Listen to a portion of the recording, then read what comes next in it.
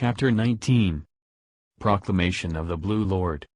I have a brilliant plan, said Daksha. Daksha and Virini were dining at the royal palace in Devagiri. A wary Virini put the morsel of roti and vegetables back on her plate. She stole a quick glance towards the attendants standing guard at the door. What plan? Asked Virini. Believe me, said an excited Daksha. If we can implement it, the war will be over even before it has begun. But, Lord Brigu. Even Lord Brigu would be impressed. We will be rid of the Nilkanth problem once and for all. Wasn't it the Nilkanth opportunity some years ago? Asked a sarcastic Virini. Don't you understand what is happening? Asked an irritated Daksha. Do I have to explain everything to you? War is about to break out. Our soldiers are training continuously. Yes, I'm aware of that. But I think we should keep out of this and leave the matter entirely to Lord Brigu. Why? Lord Brigu is not the Emperor of India. I am. Have you told Lord Brigu that? Don't irritate me, Virini. If you are not interested in what I have to say, just say so. I'm sorry. But I think it's better to leave all the decision-making to Lord Brigu. All we should be concerned about is our family. There you go again, said Daksha, raising his voice. Family. Family. Family. Don't you care about how the world will see me? How history will judge me? Even the greatest of men cannot dictate how posterity will judge them. Daksha pushed his plate away, shouting, You are the source of all my problems. It is because of you that I haven't been able to achieve all that I could have. Virini looked at the attendants and turned back towards her husband. Keep your voice down, Daksha. Don't make a mockery of our marriage. Ha! This marriage has been a mockery from the beginning. Had I a more supportive wife, I would have conquered the world by now. Daksha got up angrily and stormed out. This is a huge mistake, said Kali. In his obsession for the right way, your father may end up losing the war. Ganesh and Kartik were in her chamber in the Kashi palace. I disagree, Mausi, said Kartik. I think Bubba did the right thing. We have to win, but we must do it the right way. I thought you were in agreement with us, said a frowning Kali. I was. But Ma's words convinced me otherwise. In any case, Mausi, said Ganesh. It has happened. Let us not fret over it. We should focus on the war instead. Do we have a choice? Asked Kali. Bubba told me that I will lead the war effort in Ayodhya, said Ganesh. Kartik, you will be with me. We'll destroy them, Dada, said Kartik, raising his clenched right fist. That we will, said Ganesh. Mausi, are you sure about Lathalanka? I've already asked Suparna to send ambassadors to Governor Chinardhwaj, said Kali. Trust me, he is a friend. Kartik bent and touched his mother's feet. Vijayabhav, my child, said Sati, as she applied the red tilak on Kartik's forehead for good luck and victory. Sati, Ganesh and Kartik were in the Nilkanth's chamber. Ganesh, whose forehead already wore the tilak, looked at his brother with pride. Kartik was still a child, but was already universally respected as a fearsome warrior. The two sons of Shiva were to set sail down the Ganga and meet their allies in Vaishali. From there, they were to turn back, sail up the Sarayu and attack Ayodhya. Ganesh turned towards his father and touched his feet.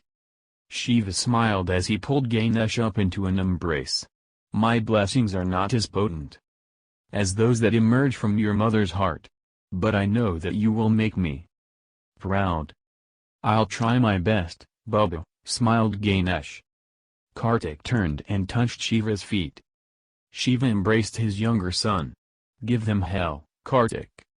Kartik grinned. I will, Bubba. You should smile more often, Kartik, said Sati. You look more handsome when you do. Kartik smiled broadly. The next time we meet, I will certainly be grinning from ear to ear. For our army would have defeated Ayodhya by then. Shiva patted Kartik on his back before turning to Ganesh. If Ayodhya is willing to break ranks with Meluha after my proclamation is made public, then I would rather we don't attack them. I understand, Bubba, said Ganesh. This is why I'm taking Bhagat along with me. His father may hate the Indian prince, but Bhagat still has access to many members of the nobility. I'm hoping he'll be able to convince them. When will the proclamation come out, Bubba? Asked Kartik. Next week, answered Shiva. Stay in touch with the Vaishli Vasudev Pandit for the reactions from across different kingdoms in Swadweep.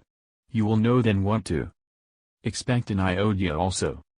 Yes, Bubba, said Kartik.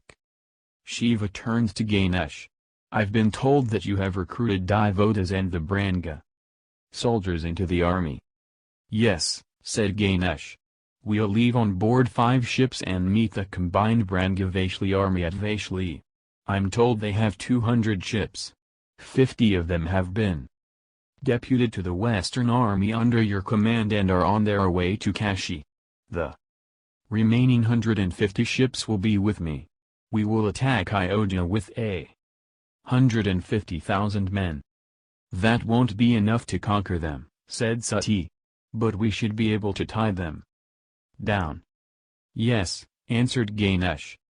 We'll hold them back, Bubba, said Kartik. I promise you. Shiva smiled. How is she now? Asked Kali. Kali was at the river gate of the eastern palace of the Kashi king Athithagva. The palace had been built on the eastern banks of the Ganga, which was considered inauspicious for any permanent construction. The kings of Kashi had bought this land to ensure that no Kashi citizen lived on that side. It was in this palace that Athithagva had housed his Naga sister, Maya. Ganesh and Kali's open presence had given Athithagva the courage to let his sister come out of hiding. Your medicines have helped, your highness, said Athithagva. At least she's not in terrible pain anymore. The Paramatma has sent you as an angel to help my sister. Kali smiled sadly. She knew it was a matter of time before Maya, a singular name for conjoined twins who were fused into one body from the chest down, would die. It was a miracle that Maya had lived for so long. On discovering her presence, Kali had immediately supplied Naga medicines to lessen her suffering. Since she was to leave with the Western Army the next day, she had come over to leave the rest of her medicines with Maya. I'm no angel, said Kali. If the Paramatma had any sense of justice, he wouldn't make an innocent person like Maya suffer so much. I'm doing all I can to set right his injustices. Athithagva shrugged in resignation but was too pious to curse God. Kali's gaze turned towards the Ganga where the 50 ships of the Branga Armada had dropped anchor just the previous day. The mighty fleet covered the width of the river, stretching to the opposite bank.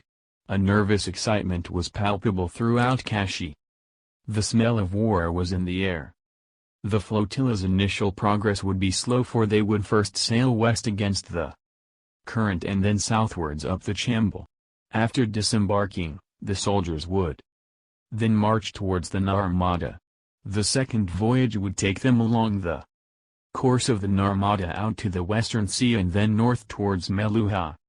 Let's go in, said Kali. I'd like to see Maya before I leave. Your Highness, said Kanakala, running into Dakshaw's private office. Dakshaw looked up at his prime minister as he slipped the papyrus he was reading back into the drawer of his desk. Where's the fire, Kanakala? Your Highness, said a frantic Kanakala, obviously carrying something within the folds of her Angvistram. You need to see this. Kanakala placed a thin stone tablet on her emperor's desk. What's this? Asked Dakshaw. You need to read it, Your Highness. Dakshaw bent over to read. To all of you who consider yourselves the children of Manu and followers of the Sanatan Dharma, this is a message from me, Shiva, your Nilkanth.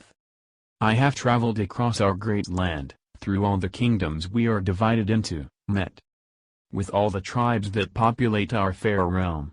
I have done this in search of the ultimate evil, for that is my task. Father Manu had told us evil is not a distant demon. It works its destruction close to us, within us. He was right. He told us evil does not come from down below and devour us.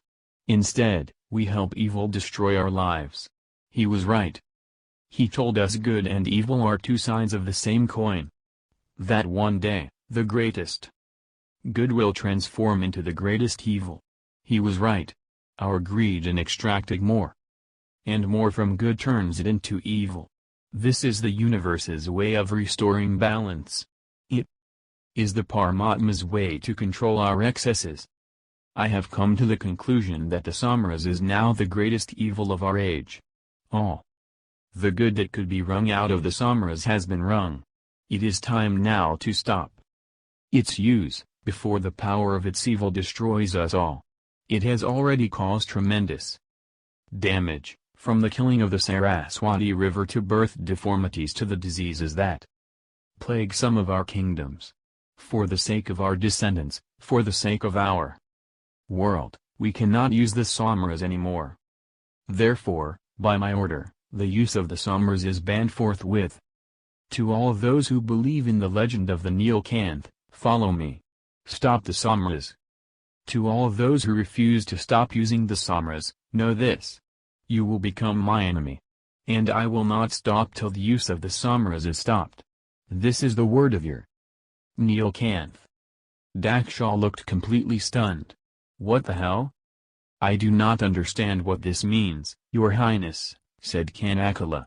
Do we stop using the Samras? Where did you find this?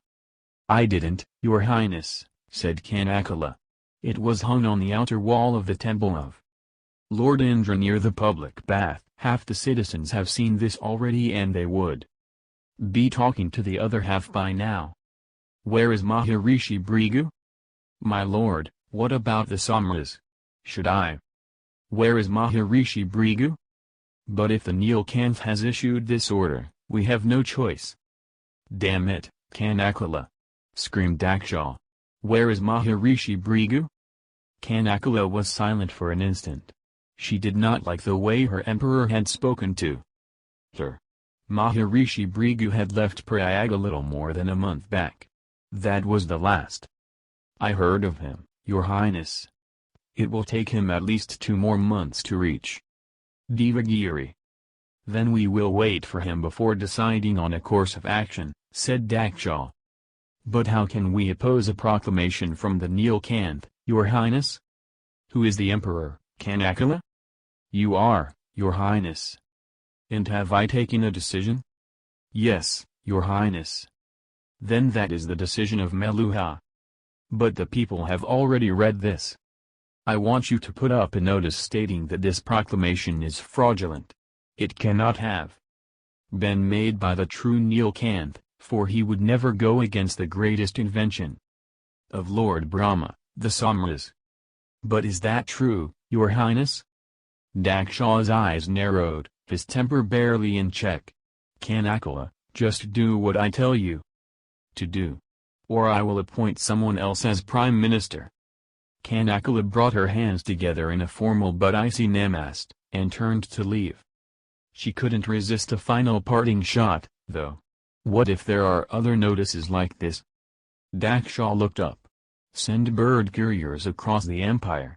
If they see such a notice anywhere, it must be pulled down and replaced with what I have asked you to put up instead. This notice is bogus, do you understand? Yes, Your Highness, said Kanakala. As she closed the door behind her, Daksha angrily flung the tablet on the floor. Mine is the only practical way to stop this.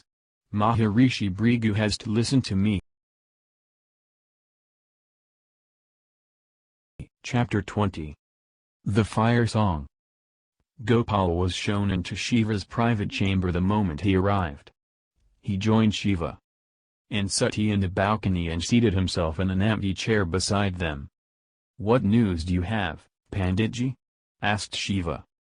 It had been a week since Shiva's proclamation banning the Samras had been released simultaneously across Meluha and Swadweep.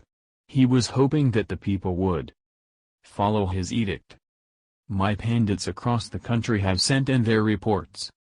And the reactions in Meluha are very different from those in Swadweep. I expected that. It appears that the Swadweepan public has embraced the proclamation. It feeds into their bias against Meluha. It is seen as yet another instance of the Meluhans unfairly conspiring to stay ahead of the rest. And remember, none of them use the Samras anyway. So it's no real sacrifice for them." "But how have the kings reacted?" asked Sati. "They are the ones in control of the armies." "It's too early to say, Satiji," said Gopal. "But I do know that all of the kings across Swadweep are in intense consultations with their advisors even as we speak." "But," said Shiva, "the Meluhans have rejected my proclamation, haven't they?" Gopal took a deep breath. "It's not so simple. My pandits tell me that the Meluhan public seem genuinely disturbed by your proclamation initially. There were serious discussions in city squares and a lot of them believed that they needed to follow their Neelkant's words." "Then what happened?" "The Meluhan state is supremely efficient, my friend. The notices were taken down within the first 3 days, at least in all the major cities. They were replaced by a Meluhan royal order stating that they had been put up by a fraud Neelkanth. And the people believed it.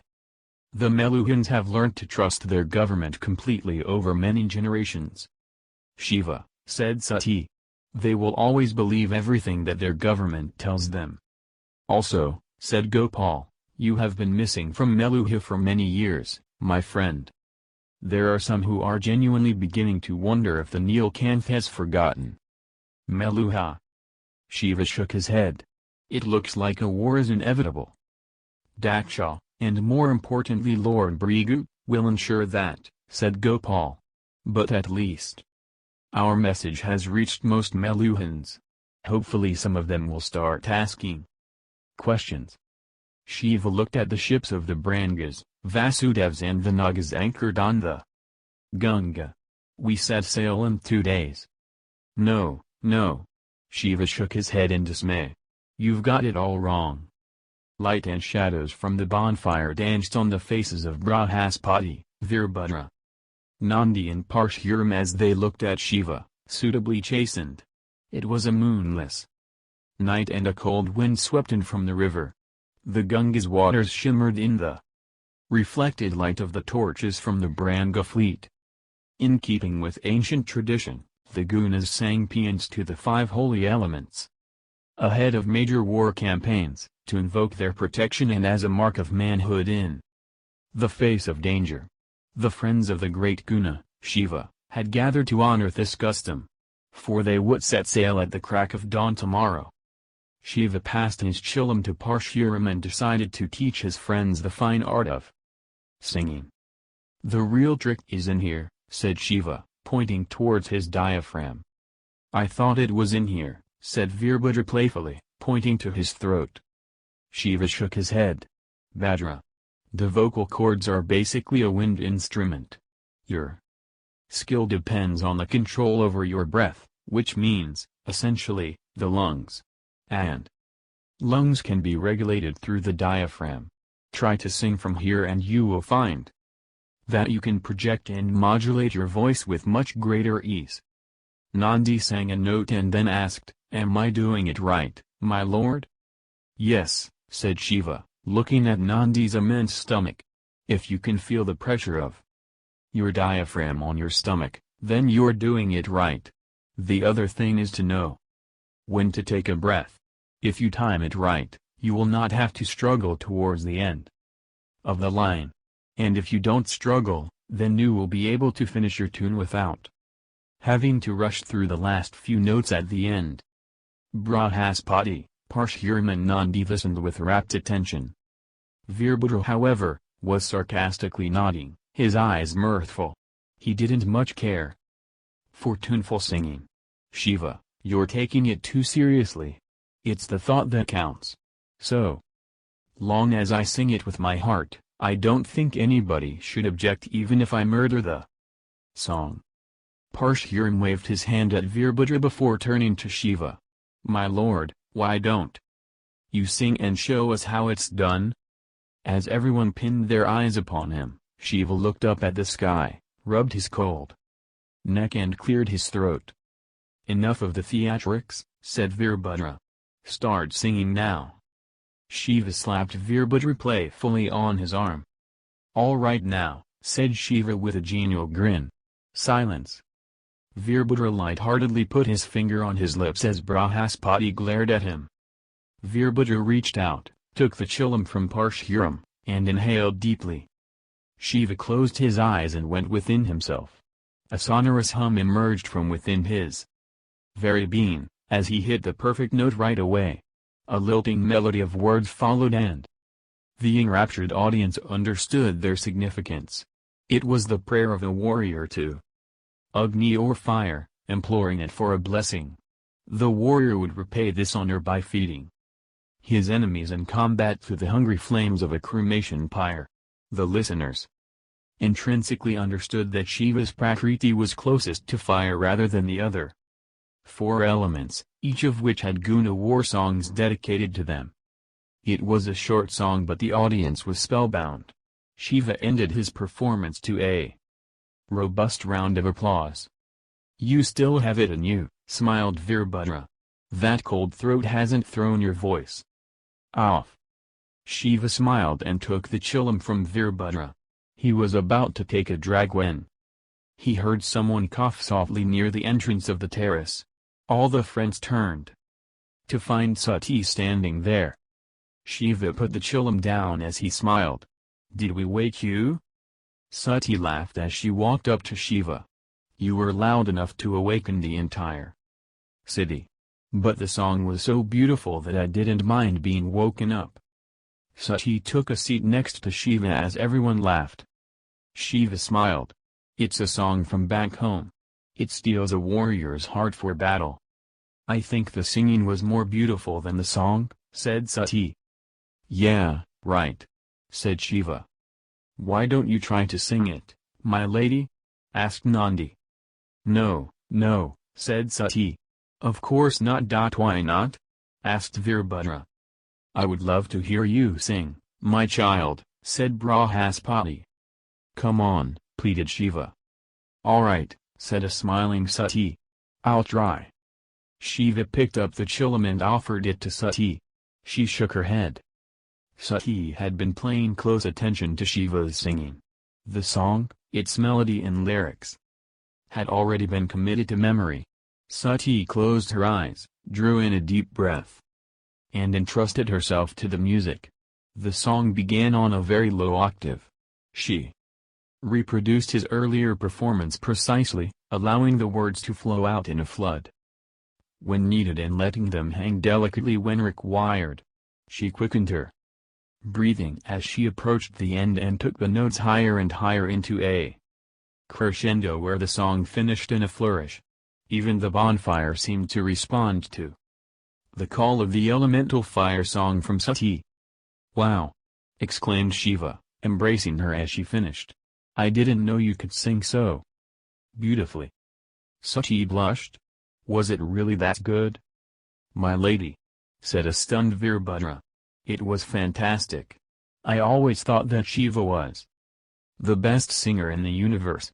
But you are even better than him. Of course not, said Sati. Of course, yes, said Shiva. It almost seemed like you had pulled all the surrounding fire into yourself. And I shall keep it within me, said Sati. We are going to be fighting the war of our lives. We need all the fire that we can get. Ganesh and Kartik had been housed in the private chambers of King Mali of Vaishali. They were accompanied by the Indian Prince Bhagat and the Branga King Chandraketu. Their information was that Magad was not preparing a blockade to stop their ships from sailing to Ayodhya. But the Magadhan army had been put on alert, and training sessions had been doubled. Either this was a precautionary step taken by Surapadman, or the Magadhans planned on attacking them once they had exhausted themselves against the Indians. "We cannot afford to lose either men or ships as we pass Magad," said Ganesh. "We've got to be prepared for the worst." "The way I see it," said Bhagat, pointing to the river map on the table, "their primary catapults will be in the main fort on the west bank of the Sarayu.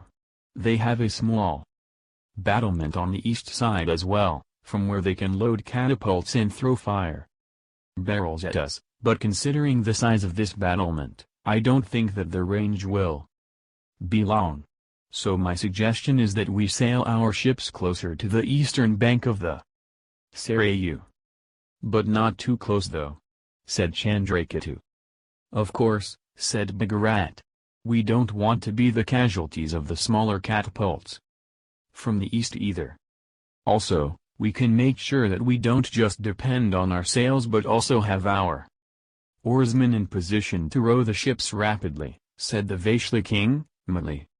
"But no matter which side of the river we sail and how quickly we row, we will still lose people if they decide to attack," said Ganesh. "Remember, we are on ships, so we cannot get our men to disembark fast enough to retaliate." "Why don't we increase the risks?" asked Kartik. "How?" asked Ganesh. "Have half the soldiers from every ship go ashore before Magad. We could get them to march on the eastern banks alongside our ships. The reduced load will make our ships move faster. Also, the Magadhan battlement on the eastern bank would know there is a massive contingent of enemy soldiers marching just outside their walls. They would have to think twice before doing anything stupid." "I like the idea," said Bhagat. "I've thought of something even simpler," said Chandraketu. Ganesh looked at the Branga king. "The Magad royalty is amongst the poorest in Swadweep," said Chandraketu.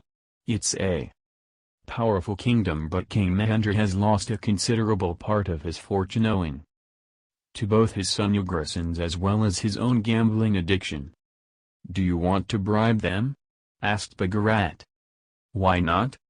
For one, we would need massive amounts of money. A few thousand gold coins will not suffice. We won't be negotiating with some army officers but the royalty itself. Will 1 million gold coins be enough?" Bhagat was stunned. 1 million? "Yes." "Just to make it through unharmed?" "Yes." "Lord Vayuputra, be praised. That will be nearly 6 months of tax collections for the Magadhan royalty." "Exactly. I'll dispatch devotees to Magad with half the amount in the first ship. The other half can be handed over once our last ship has passed by safely." "But they could use this wealth to buy weapons," said Kartik. "They will not be able to do that quickly enough," said Chandraketu. "And what they do with the money after the war is over is not my concern." "Can you really afford to give away so much gold, Your Highness?" asked Ganesh. Chandraketu smiled. "We have more than enough, Lord Ganesh. But it means nothing to us. I would give away all the gold that we have to stop the Samras." "All right," said Ganesh. "I see no reason why it won't work." Chapter 21. Siege of Ayodhya. The cool northerly wind was a welcome relief for Shiva as he sat on the deck of the lead ship with Gopal, Sati and Kali clustered around him. As the 56-vessel armada made steady progress upriver, he knew that in just a few weeks they would reach close to the headwaters of the Chambal, from where the soldiers would disembark and march to the Narmada. "Panditji, do your ships that wait for us at the Narmada have the additional capacity to carry the 55,000 soldiers who accompany us?" asked Kali. "Yes, Your Highness," said Gopal. "Our ships have been specially designed to handle this additional load since we knew that we would not be able to use the ships we're currently on. Judging by the maps we've seen, said Sati, we should reach Lothal in 3 months. Right, Panditji? Yes, Satiji, said Gopal. If the winds favor us, we may even make it earlier. Have you received word from the Lothal governor, Kali? Asked Shiva. My ambassador will be waiting with the information at the Narmada, answered Kali. Trust me, we will gain easy entry into Lothal. But don't expect a huge addition of troops into our army. Lothal doesn't have more than 2,000 or 3,000 soldiers. We don't really need their soldiers, said Shiva. We have enough troops of our own. Along with the Vasudev army that waits for us at the Narmada, your own Naga army. And this Branga force, we have more than 100,000 men. That's equal to the strength of the Meluhan army. We can easily defeat them, said Kali. I do not intend to attack, said Shiva. I think you should. All we need to do is destroy the Somers manufacturing facility, Kali. But you have the Nagas with you. You shouldn't be afraid of a direct confrontation. I'm not afraid. I just don't see the sense in it. It will distract us from our main purpose. The destruction of the Somers. We do not want to destroy Meluha. Don't forget that. I'll count on you to remind me of that every time I forget, said Kali. Shiva smiled and shook his head. The voyage up the Sarayu had been surprisingly uneventful. The Magadhans did not attack Ganesh's ships. The massive convoy was so long that the guards on the Magadhan towers spent an entire day watching ships go by. A little over a week later, Ganesh ordered his ships to weigh anchor. Kartik, Bhagat, Chandraketu and Ganesh got into a small boat and rowed ashore. The forest had been cleared up to a fair distance. Devotas, the leader of the Branga immigrants in Kashi, waited there along with 20 men. Ganesh jumped off as soon as the boat beached, and waded through the shallow water to the river bank. The others followed. He touched his head to the ground as he reached the shore. He looked deep into the forest, remembering the time long ago when he had hidden behind the trees and observed his mother. Kartik, this is the Balaitibal Kund. This is where Saptarishi Vishwamitra taught Lord Ram his legendary skills. Kartik's eyes were wide open in awe. He bent down and touched the ground with his hand and whispered, Jai Shri Ram. The others around him repeated it. Jai Shri Ram. Kartik, said Ganesh, this ground was blessed by Saptarishi Vishwamitra and Lord Ram. But its greatness has been forgotten by many. We may have to redeem the honor of this land with blood. Kartik took a moment to understand. Do you think Surapadman might chase us? Ganesh smiled. He will chase us. Trust me. I see the siege of Ayodhya as a bait to draw Surapadman out of Magad. Once he is out, we will destroy his army and capture his city. We'll be able to stop Indian ships easily with Magad blockading the Ganga. And the battle to decide the fate of Magad should be fought here. For this is where I would like you to attack him. I would have thought that Surapadman would prevail on his father. He is a clever man, Kartik. From what I have understood, his instinct was to support us. But in the face of so much opposition, he will do what is now in his best interest. And he does have much to gain. He will win the favor of his father and his countrymen by taking revenge for his brother's death. He will come as the savior for Ayodhya, albeit a little late so that Ayodhya is weakened. And who knows, he may even capture the sons of the Nilkanth. Wouldn't that make him a strong ally of Brigu? Asked Ganesh with an ironic smile. Yes, brother, he will attack and he will learn that clever men should always listen to their instincts. Kartik took a deep breath and looked up at the sky before turning back to Ganesh with resolve writ large in his eyes. We will turn the river red with blood, Dada. Bhagat looked at Kartik with a familiar sensation of fascination and fear. "Why this ground, Lord Ganesh?" asked Chandraketu. "Your Highness," answered Ganesh, "as you can see, this stretch is long and narrow. That will lure Surapadman into anchoring his ships along the banks, thus stretching his army thin. The forest is not too far from the shore, which means our main army can remain hidden behind the trees. We will leave only a small contingent on the beach." Bhagat smiled.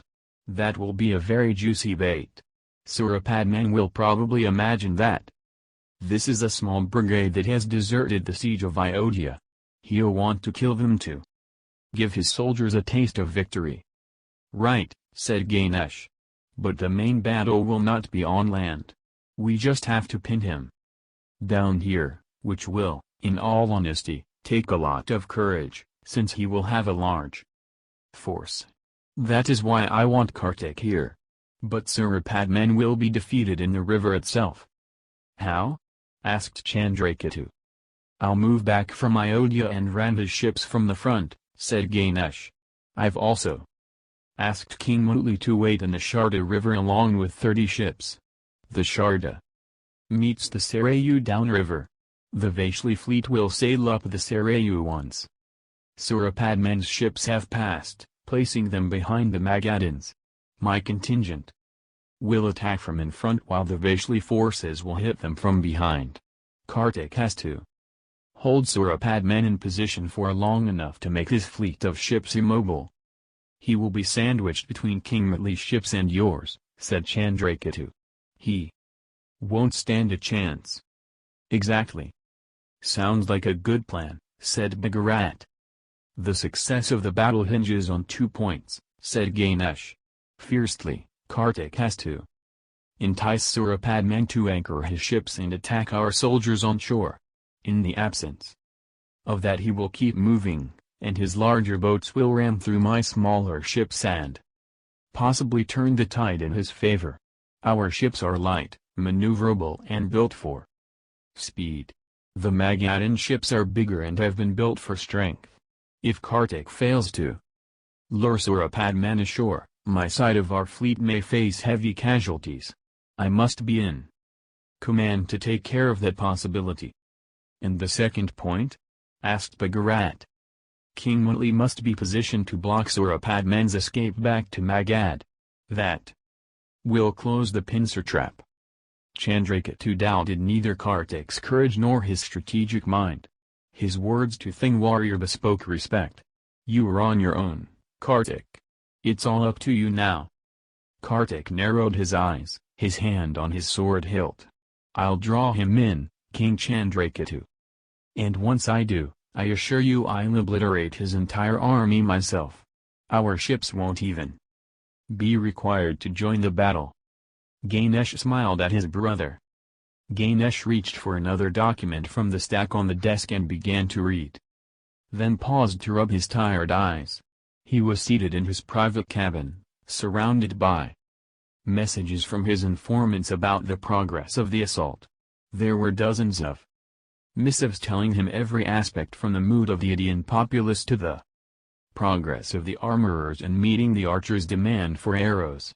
He had hardly slept in the weeks since the battle had begun and his body ached for rest, but these reports could not wait. It appeared that Ayodhya stood poised on the brink of surrender. And any misstep now could spell disaster. Kartik and Chandraketu sat patiently by his side, assisting Ganesh with the endless stream of messages. The three sat together in silence as they awaited Bhagat's return, to hear news of his mission. The siege of Ayodhya had begun over a month ago. Ganesh's navy had assaulted the city in the classical manner of the ancient war manuals. A large part of the fleet had been anchored along the west banks of the Sarayu in a double line, out of the range of the catapults on the fort walls of the eastern banks. The line ships had extended up to the north of Ayodhya, just shy of the sheer cliff upriver where the Sarayu descended in a waterfall. Small lifeboats had been tied to the right of the ships in Ganesh's convoy, with guards present round the clock. This was to prevent devil boats from attempting to set fire to the vessels from the Ayodhya end. A section of the army had camped to the left of the ships, on the shore itself, to thwart guerrilla attacks from the Indians. Farther to the south, Ganesh had anchored his ships and tied them together, across the river in rows of 10. Another lineup was just behind the first level of the blockade ships. Behind these, 5 fast-moving cutters would patrol the river farther downstream to attack any Indians who attempted to escape. Thus, any Indian ship attempting to run the river blockade had to battle through a thick line of 20 enemy ships and 5 quick cutters. The forest around Ayodhya had been cleared by the defending army to give it a clear line of sight in case of an attack. Prasenjit, the Meluhan brigadier who had been left behind by Brigu, had tried hard to convince the Indians to extend the clearing area farther, but he had been unsuccessful. Ganesh had got his troops to cut a second line of trees beyond the clearing, as a precautionary fire line. Once the outer fire line had been established, Ganesh had ordered that the trees within the 2 clearings be set aflame. The intense heat generated would have resulted in the collapse of any tunnels around Ayodhya that could have served as passages for food to be smuggled into the city. The fire had burned for 4 continuous days and had had a demoralizing effect on the citizens of the impenetrable city, establishing the steely resolve of their blockaders. A cataract on a sheer cliff to the north of Ayodhya served as a natural barrier, which prevented ships from navigating farther north on the Sarayu. The Indians had built a channel into their walled shipyard just short of the cataract.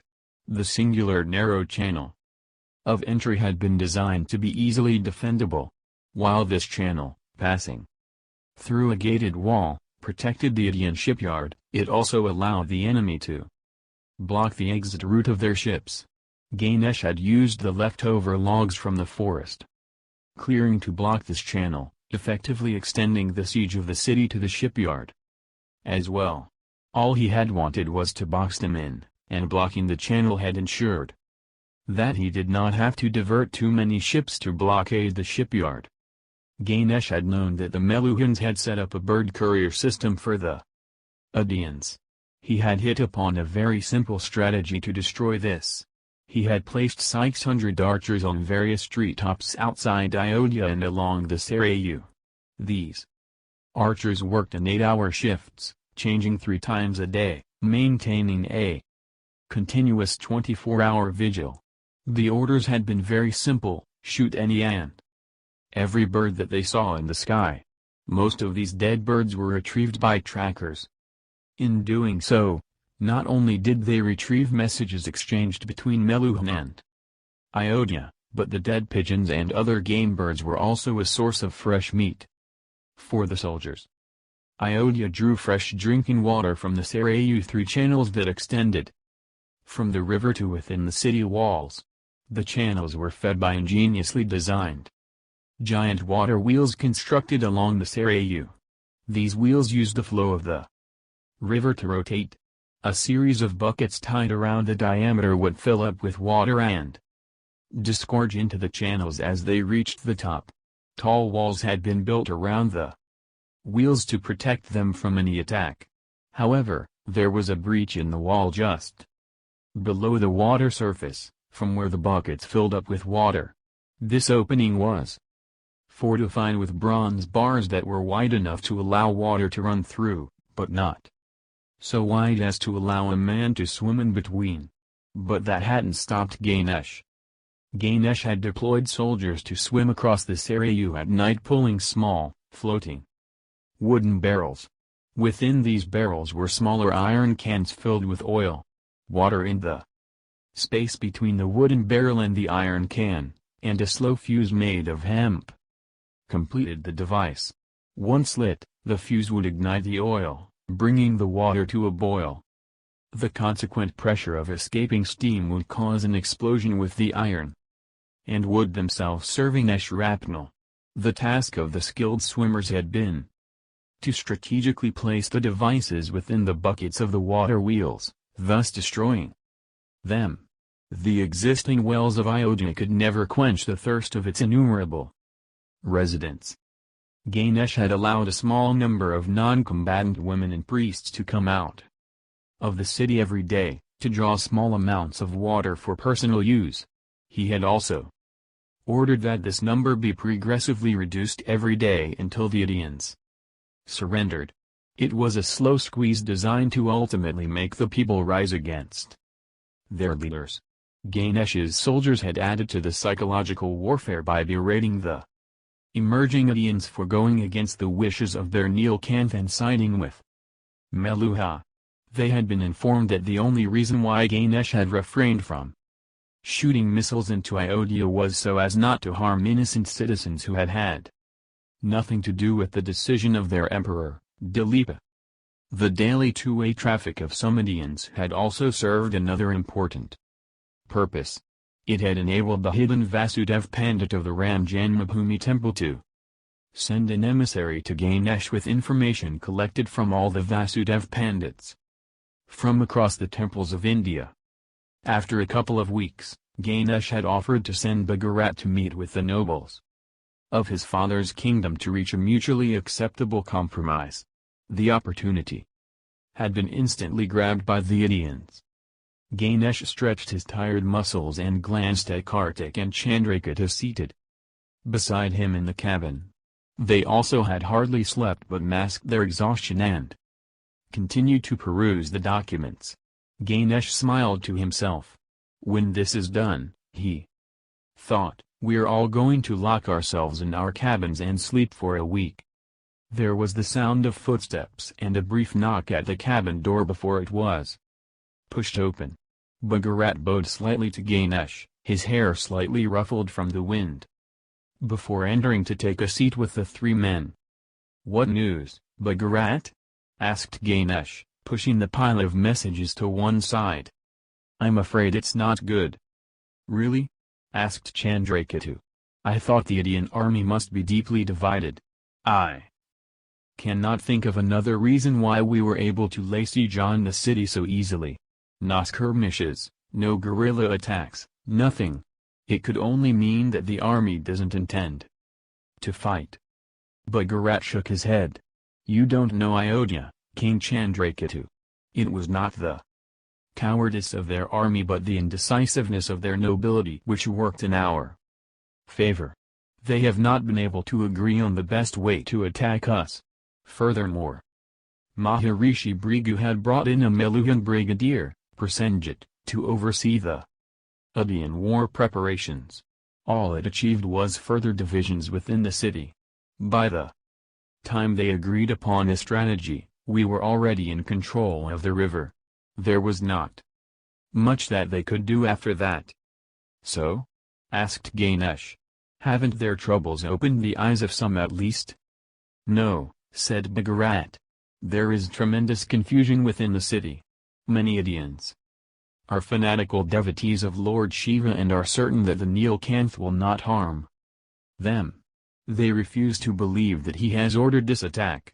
This blind devotion seems to be working against us. So who do they think has ordered this attack? Asked Chandrakanta. Seeing the number of Brangas in the army, they think that it is you, said Bhagat. Chandrakanta raised his hands.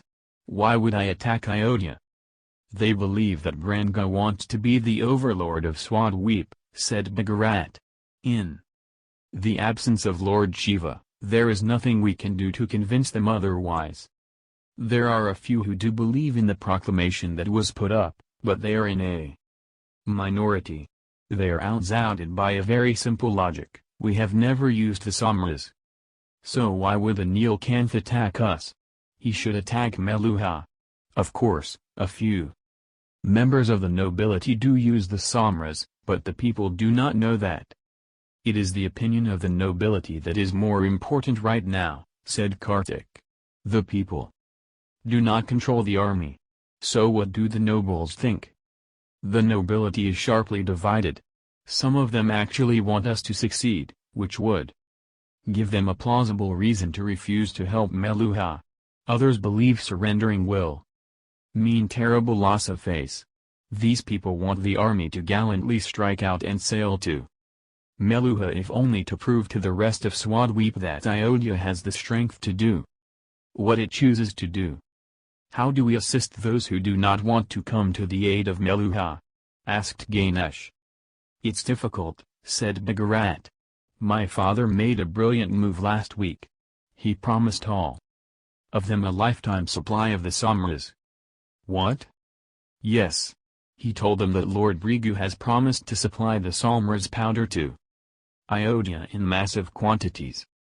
But how can Maharishi Brigu promise that? Asked Kartik. Where will it come from? Is the manufacturing facility capable of producing so much more? It clearly must be, said Bhagat. In any case, this offer is open only to the nobility. So the numbers will be small. Damn, said Ganesh. My thoughts precisely, said Bhagat. This will allow them to remain alive for 100 more years. No amount of gold can compete with that. What do we do now? Asked Chandraketu. Prepare for war, said Ganesh. They will make earnest attempts to break the siege.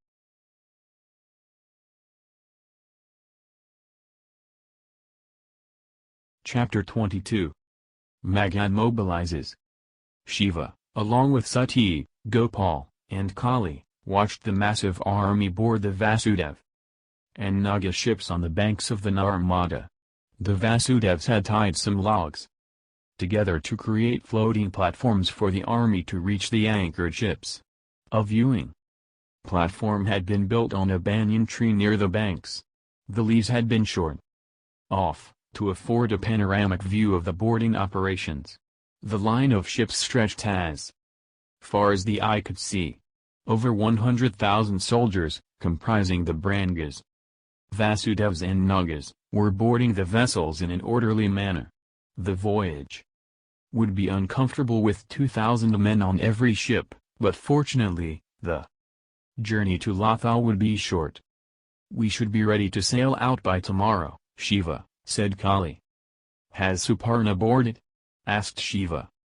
Suparna, a fearsome warrior, was the leader of the Garuda Nagas. Not yet, said Kali. May I meet her? I'd like to exchange some thoughts on the Nagas under her command. Kali raised her eyebrows. She had expected to lead the Nagas into the war. I'd like you to be with me, Kali, said Shiva, mollifying her. I trust you. I'm going to be leading the search party into Meluhan cities to try and locate the Samras manufacturing facility. We'll have to work quietly and anonymously, while our army outside the city keeps the Meluhans busy. You are very tactful, Shiva. Shiva frowned. You know how to get your way without making one feel that one has been cut down to size, said Kali. Shiva smiled, once again silent. But I understand that the search for the Samras facility is crucial, said Kali. So it will be my honor to accompany you. Excellent, said Shiva, turning to Gopal. Any news from the Vasudevs, Panditji? The siege of Ayodhya has been surprisingly easy, said Gopal. The Indians have not fought back. Ganesh has a stranglehold over the city. But has King Dilipa changed his stance? Not yet. And Ganesh is, very wisely, not resorting to violence since that may rally the citizens around their king. We will have to be patient. As long as the Indian army doesn't come to Meluha's aid, I'm happy. What about Magad? His ships are ready, said Gopal. But Surapadman's army has not been mobilized as yet. Shiva raised his brows, clearly surprised. I didn't think Surapadman would let go of an opportunity like this. I would also imagine that his father, King Mahendra, would pressure him to attack us. Let us see, said Sati. Maybe Surapadman wants Ayodhya and our army to battle first. He would then be attacking a weakened enemy. Shiva nodded. Perhaps. Look, Bhagat, said Ganesh. The prince had just entered Ganesh's cabin. One of the soldiers had left a note from Meluha that was recovered from an injured bird. It was coded. But Bhagat knew the encryption codes of Meluha audio communication and had already trained Gansh soldiers on how to decrypt the messages. Bhagat read aloud. Prime Minister Siamanduk, has Lord Brigu returned to Ayodhya? It has been months since he left Prayag but has still not reached Meluha. Should you have the knowledge, we would like to be informed about the location of Lord Shiva and General Parvateshwar. Ganesh didn't say anything, waiting for Bhagat's reaction. It's been signed by Prime Minister Kanakala, said Bhagat. Interesting. Interesting indeed, said Ganesh. Where is Lord Brigu? And why is the Meluhan Prime Minister inquiring about General Parvateshwar? Has he not reached as yet? Do they not know he has defected to their side? Where do you think they are? Asked Bhagat. They're certainly not in Meluha, said Ganesh. That makes things easier for my father. Do you think Lord Shiva has reached Meluha by now? I think he's still a few weeks away. And the Ayodhya army has not been able to leave, said Bhagat. The news just keeps getting better. Kartik suddenly rushed in. Dada. What's the matter, Kartik? Magat is mobilizing. Who told you? The Vasudev Pandit? Asked Bhagat. Yes, said Kartik, turning back to Ganesh. I believe armaments are being loaded onto the ships. Soldiers have been asked to be on standby. Ganesh smiled. How many soldiers? 75,000. 75,000? Asked a surprised Bhagat. Is Surapadman committing everything? Magat will be left defenseless. When are they expected to set sail? Asked Ganesh. Probably in 2 weeks' time, said Kartik. At least that's what the Vasudev Pandit surmised. You should leave in the next few days, said Ganesh. Take 100,000 men. Why so many, Dada? Asked Kartik. Don't you need some men here, with you? I just need enough to be able to sail ships and shoot fire arrows, said Ganesh. If you do not succeed in holding Surapadman off at the Balai Tibalkund, he will just ram into us with his larger ships and drown us all. Our soldiers will be put to better use at your end, not mine. I'll prepare to leave right away, said Kartik. 100,000 well-motivated soldiers reached the forests near the Balai Tibalkund in the early afternoon. The Indian prince had accompanied the army as the chief advisor to Kartik. King Chandrakatu had stayed back with Ganesh to ensure that the Branga soldiers in Kartik's army would not be confused about the chain of command. Immediately upon arrival, Kartik ordered the construction of waterproofed coracles, which would serve as devil boats to set the Magadha fleet on fire. 1,000 soldiers constructed them and then hid them on the eastern banks on the opposite side of the Kund. They would destroy the enemy ships from the other side, even as the battle ensued in the area around the Kund. Hidden platforms had been constructed atop the trees to facilitate the relay of information back and forth between the two sides. A simple communication tool had been manufactured for these soldiers, small metallic pipes fitted on top of earthen pots containing anthracite, which burns with a short, but more importantly smokeless flame. The caps on these metallic pipes could be easily lifted open and then shut, allowing light out in a controlled manner. The apertures were small enough to give the impression of a collection of fireflies. For Kartik's soldiers though, the light signals would carry coded messages from both sides of the river.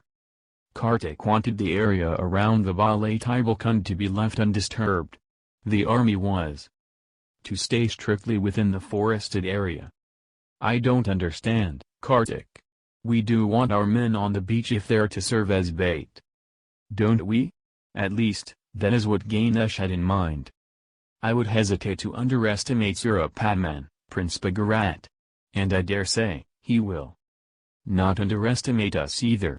If he sees a small number of our soldiers casually stationed in an area visible from the river, he may smell a trap. After all, if we were deserting our army, we wouldn't be stupid enough to camp where we could be seen, would we? Fair enough. So what do you suggest? We are on the west bank. Magad is farther to our south, also on the west bank of the Sarayu. If we were to march along the river, where the forest is not too dense, Magad would not be more than 2 or 3 weeks from here. Bhagat smiled. You want Surapadman to guess our actual strategy, that the Ayodhya siege was a feint to try to draw him out.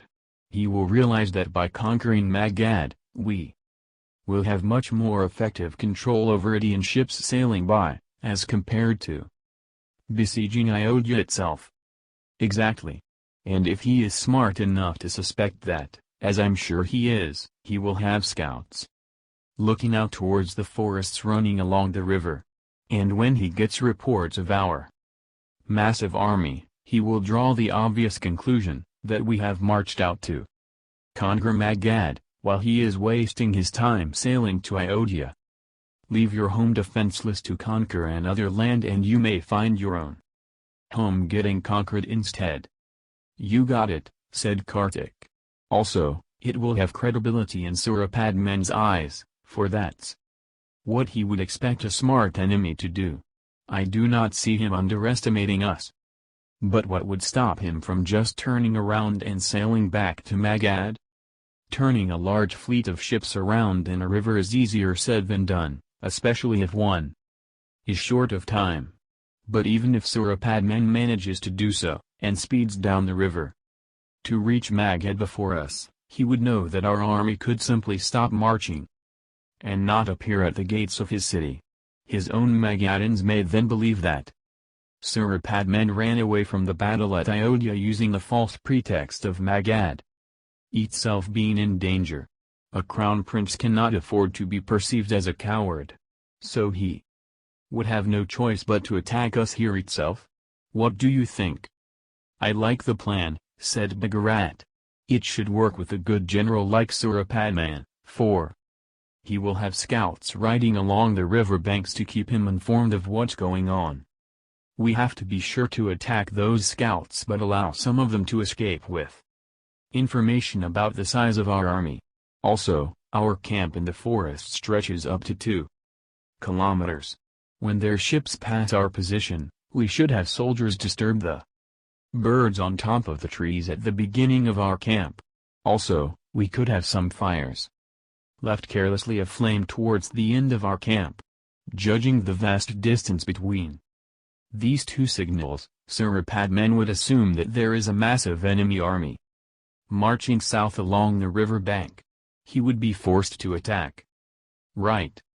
Let's have some devil boats on the western bank as well. But the battle will be fought here on the west bank, said Kartik, frowning. Their men would engage in battle here and our fire coracles would be clearly visible.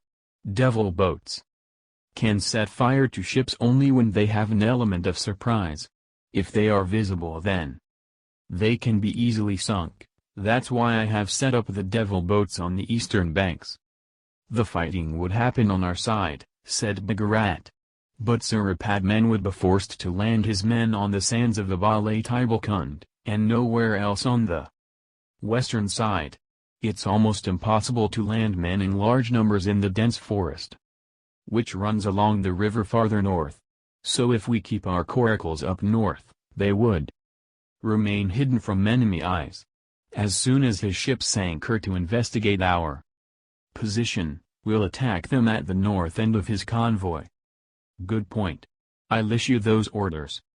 Kartik's army was ready and poised for action as they heard the sounds of a massive navy rowing up the Sarayu. Judging by the dull drumbeats of the timekeepers and the faint sound of the oars negotiating the waters, it was fair to assume that the Magadhan ships would reach the Balai Tibalkund within the next hour or 2. Soldiers were immediately ordered to take battle positions. Weapons were checked. Defenses were tested. Kartik walked up to the edge of the forest and surveyed the sands of the Vayuputra Kund as well as the river beyond. A crescent moon had failed to lift the darkness of the late hour of the night, which suited his strategy. A light seasonal fog had begun to spread along the river. Perfect? With a practiced eye he checked whether the communication pots were still visible in the fog and was pleased with what he saw. Kartik turned to Bhagat, and then looked farther ahead towards Devotas and the other commanders of the Branga army. "My friends," said Kartik. "Unlike my father, I'm not good with words. So I will keep this short. The Magadhans will be fighting only for conquest and glory. Those are weak motivations. You are fighting for vengeance and retribution. For your families and for the soul of your nation. You are fighting to stop the Samras that has killed your children and crippled your people. You are fighting to stop the scourge of this evil. You have to fight to the end, until they are finished. I don't want prisoners. I want them dead. If anyone takes the side of evil, they forfeit the right to live. Remember the pain of your children." The Branga commanders roared together. "Death to the Magadhans! This land that we stand upon," continued Kartik, "has been blessed by the feet of Lord Ram. We shall honor him today with blood. Jai Shri Ram! Jai Shri Ram!" "To your positions," ordered Kartik. The Branga commanders hurried away.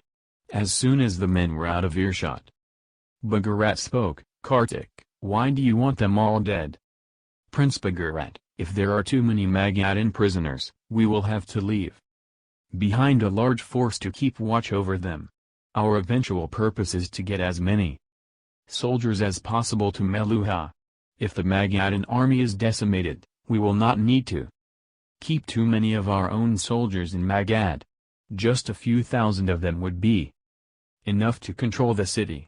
Also, the killing of all the Magadhans would send a message to Ayodhya. It might make them reconsider their alliance with Meluha." Bhagat was forced to accept Kartik's brutal but effective line of thought. Chapter 23 Battle of Vayuputra Kund. The lead ship of the Magadhan navy passed the Vayuputra Kund. Kartik's army had heard the low monotonous sounds of rowing and the drum beats of the timekeepers long before they had sighted the Magadhan ships. Kartik motioned for a signal to be relayed by hand over a line of men who had been positioned for this purpose, till the message reached the southern end of the camp. More than a kilometer away, a group of soldiers pulled a rope quietly, releasing a net that had been tightly cast over a flock of birds. The birds took off suddenly, startled by their unexpected freedom. Kartik detected some movement in the Magadhan ships. They had clearly heard the birds. Kartik strained his eyes. The Magadhan soldiers had their eyes pinned towards the top of the main masts. "Shit!" whispered Bhagat, as he realized the implications. A small wry smile of appreciation for a worthy enemy flickered on Kartik's face. He turned to Devotas who stood right behind him. "Devotas, send messages to our treetop soldiers that the Magadhans have lookouts stationed on their crow's nests. Our soldiers should remain low to avoid detection. A crow's nest is built on top of the main masthead of the ship, where sailors would be stationed as lookouts to survey far and wide so as to report to the captain below on deck. This was a common practice on seafaring ships, but was rarely used in river ships. Surapadman was obviously a cautious man, for he had built crow's nests on his ships. Devotas left quietly to carry out Kartik's orders. "The ships are pulling back their oars," said Bhagat, pointing forward. As they were sailing against the natural flow of the river current, the Magadhan ships slowed down quickly. The sails were readjusted to bring the ships to a halt. Their earlier speed was such, though, that at least 10 ships passed the area where Kartik stood before Surapadman's fleet came to a standstill. The soldiers on the ships stared hard into the dense forests on the western banks. "Now we wait," said Kartik. Bhagat leaned over to Kartik. "Their scout is a short distance behind us, close to the water's edge." Kartik stretched his arms in an exaggerated manner and then spoke to Daivotas, loud enough for the Magadhan scout to hear. "Check if their ships have started moving up ahead." Daivotas moved towards the river, making the scout fall back silently. He returned almost instantaneously. "Lord Kartik, their scout is swimming back to the ship." Kartik immediately rose and crept to the edge of the forest. He could see the Magadhan scout swimming noiselessly away. "I expect the attack soon," said Bhagat. "We should fall back to our positions."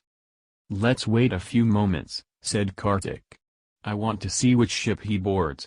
It'll tell us where Surapadman is." "It's been almost half an hour," said Bhagat. "What is he waiting for?" Kartik and his army remained behind the forest line. They wanted to give Surapadman the impression that the Brangas did not wish to engage in a battle. They hoped he would be lulled into believing that he could launch a surprise attack. Kartik suddenly exclaimed, "Son of a bitch!" "Lord Kartik?" asked Daivotas. "Send a message to our lookouts," said Kartik. "Tell them to communicate with those on the other side. I want to know what is happening there." Bhagat slapped his forehead. "Oh my God! We'd asked our lookouts to stay low." Daivotas rushed off and messages were soon relayed across the Sarayu using light signals. He was back in no time with worrying news. "They're mobilizing on the other side, hidden by their massive vessels. Rowboats are being lowered quietly into the river, and soldiers are boarding it even as we speak. It looks like they're preparing to row downriver." "That cunning son of a flea-bitten dog," said Bhagat. "He intends to row downriver, hidden by his own ships, and attack us from the south."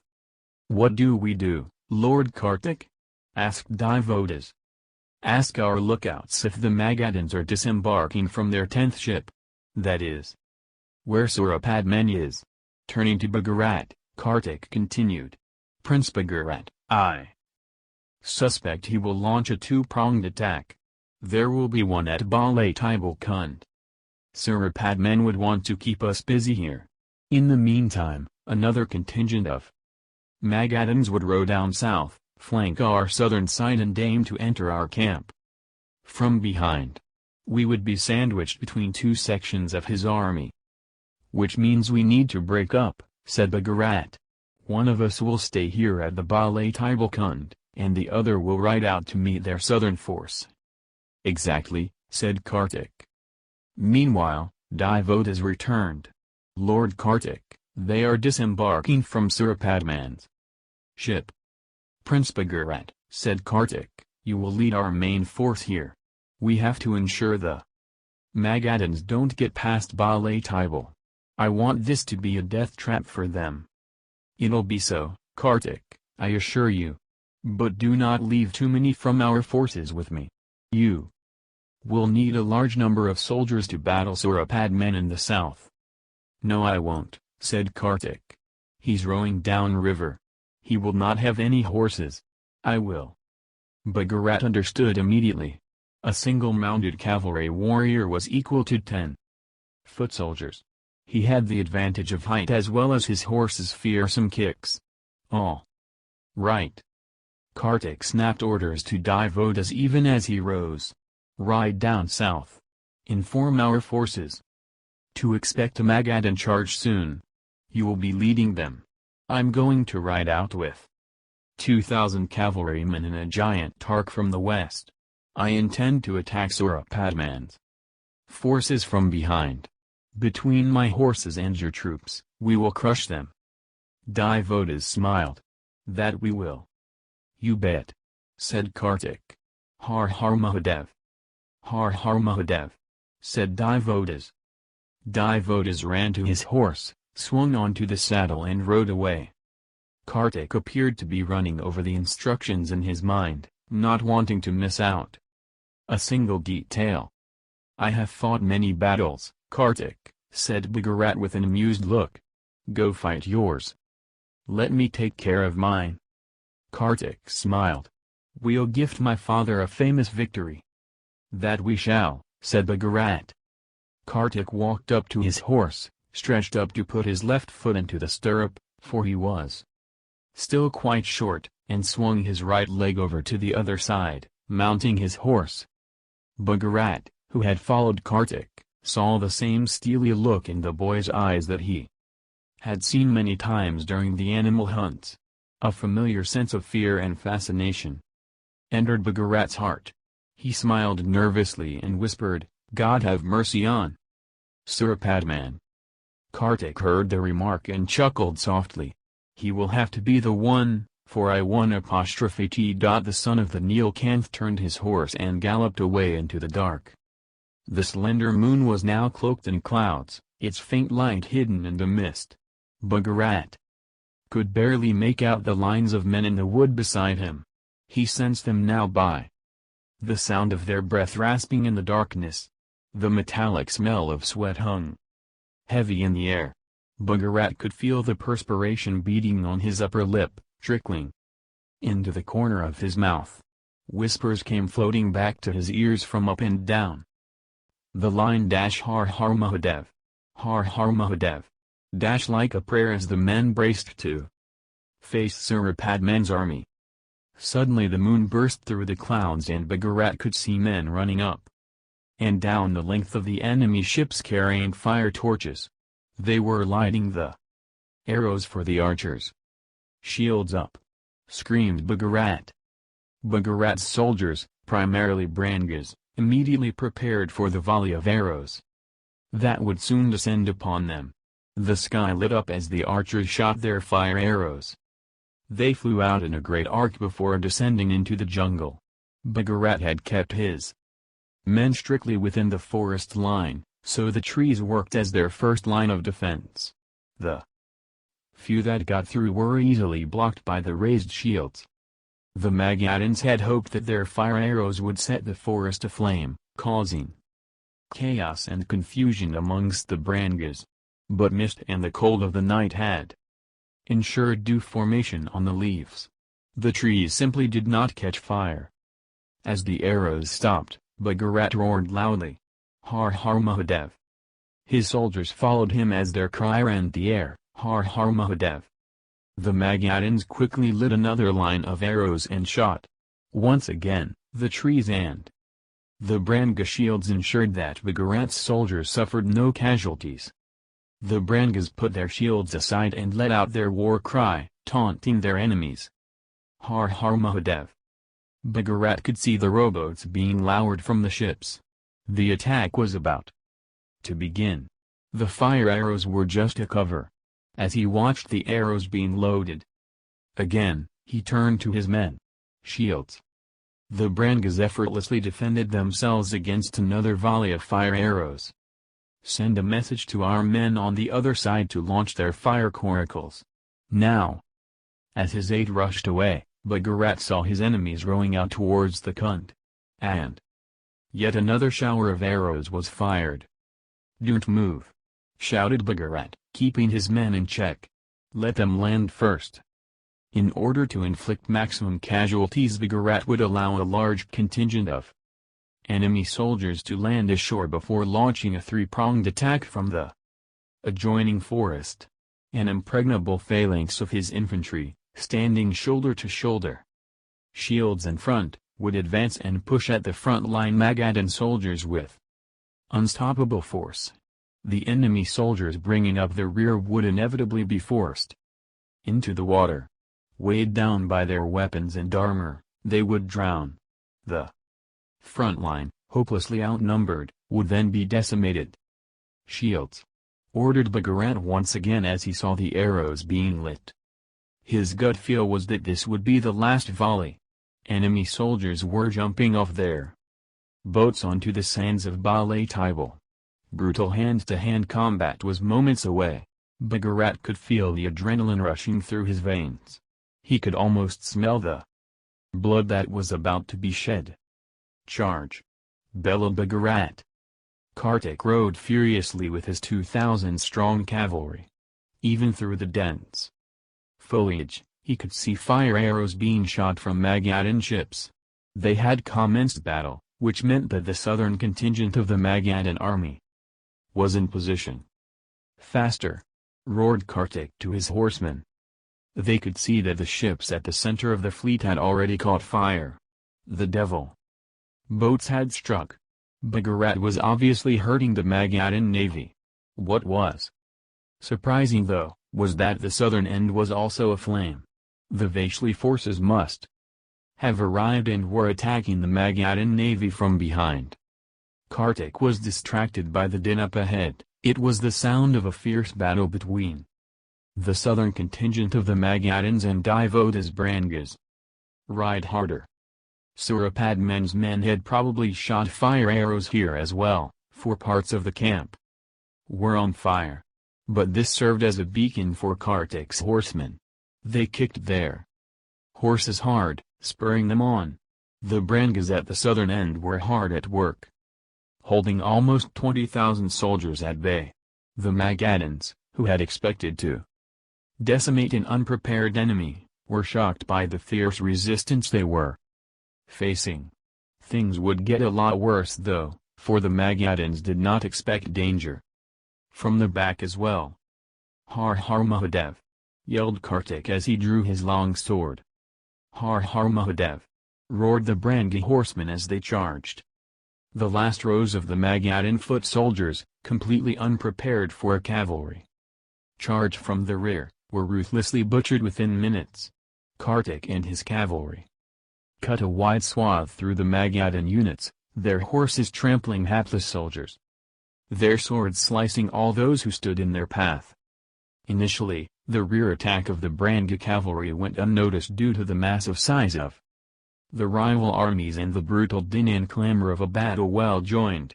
Quickly overcoming their surprise, many brave Magadhan soldiers leapt at the horsemen, stabbing at the beasts and even fearlessly holding on to the stirrups, hoping to bring them down.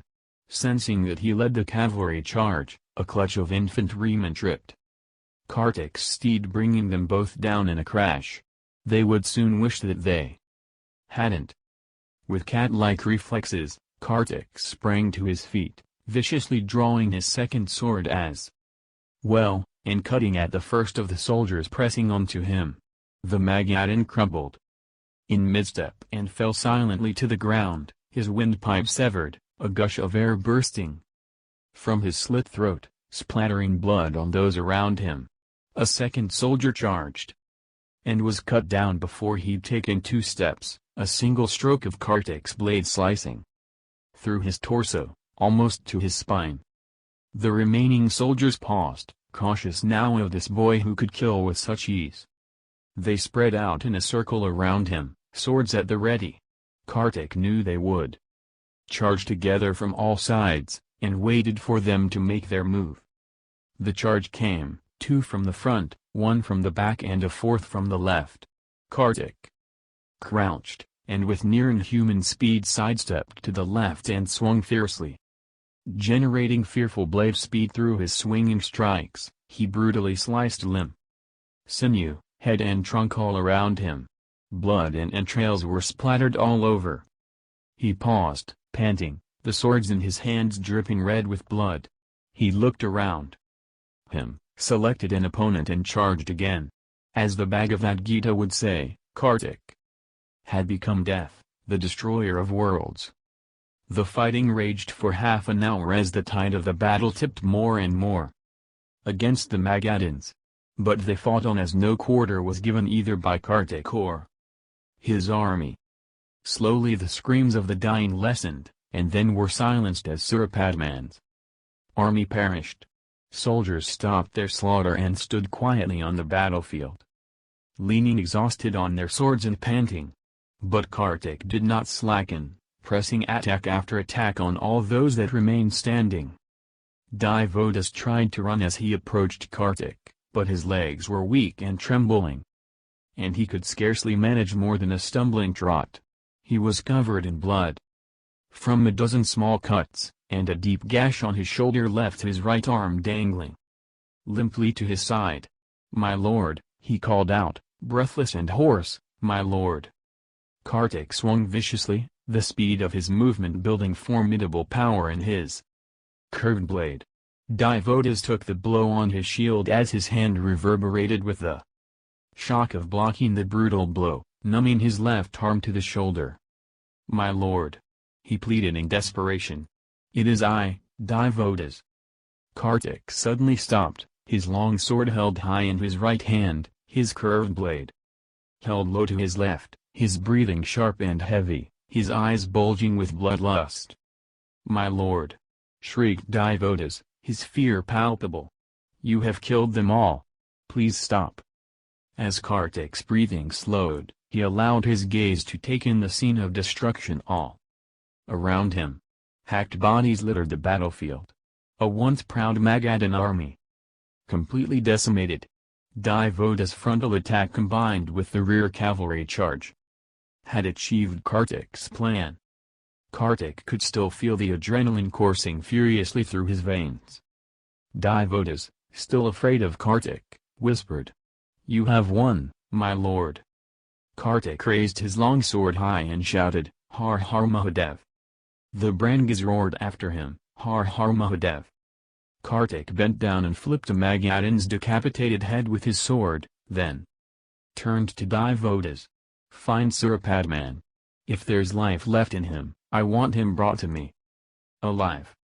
"Yes, my lord," said Daivotas and rushed to obey. Kartik wiped both his swords on the clothing of a fallen Magadhan soldier and carefully caged the blades in the scabbards tied across his back. The Branga soldiers maintained a respectful distance from him, terrified of the brutal violence they had just witnessed. He walked slowly towards the river, bent down, scooped some water in his palms and splashed it on his face. The river had turned red due to the massive bloodletting that had just occurred. He was covered with blood and gore, but his eyes were clean. Still, the bloodlust had left him. Later in the day, when the dead were counted, it would emerge that 70,000 of the Magadhan army from amongst 75,000 had been slaughtered, burned or drowned. Kartik, on the other hand, had lost only 5,000 of his 100,000 men. This was not a battle. It had been a massacre. Kartik looked up at the sky. The first rays of the sun were breaking on the horizon, heralding a new day. And on this day, a legend had been born. The legend of Kartik, the Lord of War.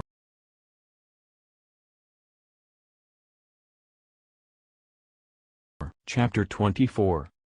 The Age of Violence. The golden orb of a rising sun peeked from the mainland to the right as a strong southerly wind filled their sails, racing them towards the port of Lothal. Shiva, with Sati at his side, stood poised on the foredeck, eyes transfixed northwards, wishing their ship all speed. "I wonder how the war has progressed in Swadweep," said Sati. Shiva turned to her with a smile. "We do not know if there has been a war at all, Sati. Maybe Ganesh's tactics have worked. I hope so." Shiva held Sati's hand. "Our sons are warriors. They are doing what they are supposed to. You don't need to worry about them." "I'm not worried about Ganesh. I know that if he can avoid bloodshed, he will. Not that he's a coward, but he understands the futility of war. But Kartik, he loves the art of war. I fear he will go out of his way to court danger." "You are probably right," said Shiva. "But you cannot change his essential character. And in any case, isn't that what being a warrior is all about? But every other warrior goes into battle reluctantly. He fights because he has to. Kartik is not like that. He's enthused by warfare. It seems that his swadharma is war. That worries me," said Sati, expressing her anxieties about what she felt was Kartik's Personal Dharma. Shiva drew Sati into his arms and kissed her on her lips, reassuringly. Everything will be alright. Sati smiled and rested her head on Shiva's chest. I must admit that helped a bit. Shiva laughed softly. Let me help you some more then. Shiva raised Sati's face and kissed her again. Ahem. Shiva and Sati turned around to find Vayuputra and Kritika approaching them. This is an open deck, said a smiling Vayuputra, teasing his friend. Find a room. Kritika hit Vayuputra lightly on his stomach, embarrassed. Shut up. Shiva smiled. How are you, Kritika? Very well, my lord. Kritika, said Shiva. How many times do I have to tell you? You are my friend's wife. Call me Shiva. Kritika smiled. I'm sorry. Shiva rested his hand on Vayuputra's shoulder. What did the captain say, Bhadra? How far are we? At the rate we're sailing, just a few more days. The winds have been kind. Have you ever been to Lathalormka, Kritika? Kritika shook her head. It's difficult for me to get pregnant, Shiva. And that is the only way that an outsider can enter Mka. Shiva winced. He had touched a raw nerve. Vayuputra did not care that Kritika couldn't conceive, but it still distressed her. I'm sorry, said Shiva. No, smiled Kritika. Vayuputra has convinced me that we are good enough for each other. We don't need a child to complete us. Shiva patted Vayuputra's back. Sometimes we barbarians can surprise even ourselves with our good sense. Kritika laughed softly. But I have visited the older Lothal. Older Lothal? Didn't I tell you? Asked Sati. The seaport of Lothal is actually a new city. The older Lothal was a river port on the Saraswati. But when the Saraswati stopped reaching the sea, there was no water around the old city, ending its vibrancy. The locals decided to recreate their hometown next to the sea. The new Lothal is exactly like the old city. Except that it's a seaport. Interesting, said Shiva. So what happened to old Lothal? It's practically abandoned, but a few people continue to live there. So why didn't they give the new city a different name? Why call it Lothal? The old citizens were very attached to their city. It was one of the greatest cities of the empire. They didn't want the name to disappear in the sands of time. They also assumed most people would forget old Lothal. Shiva looked towards the sea. New Lothal, here we come.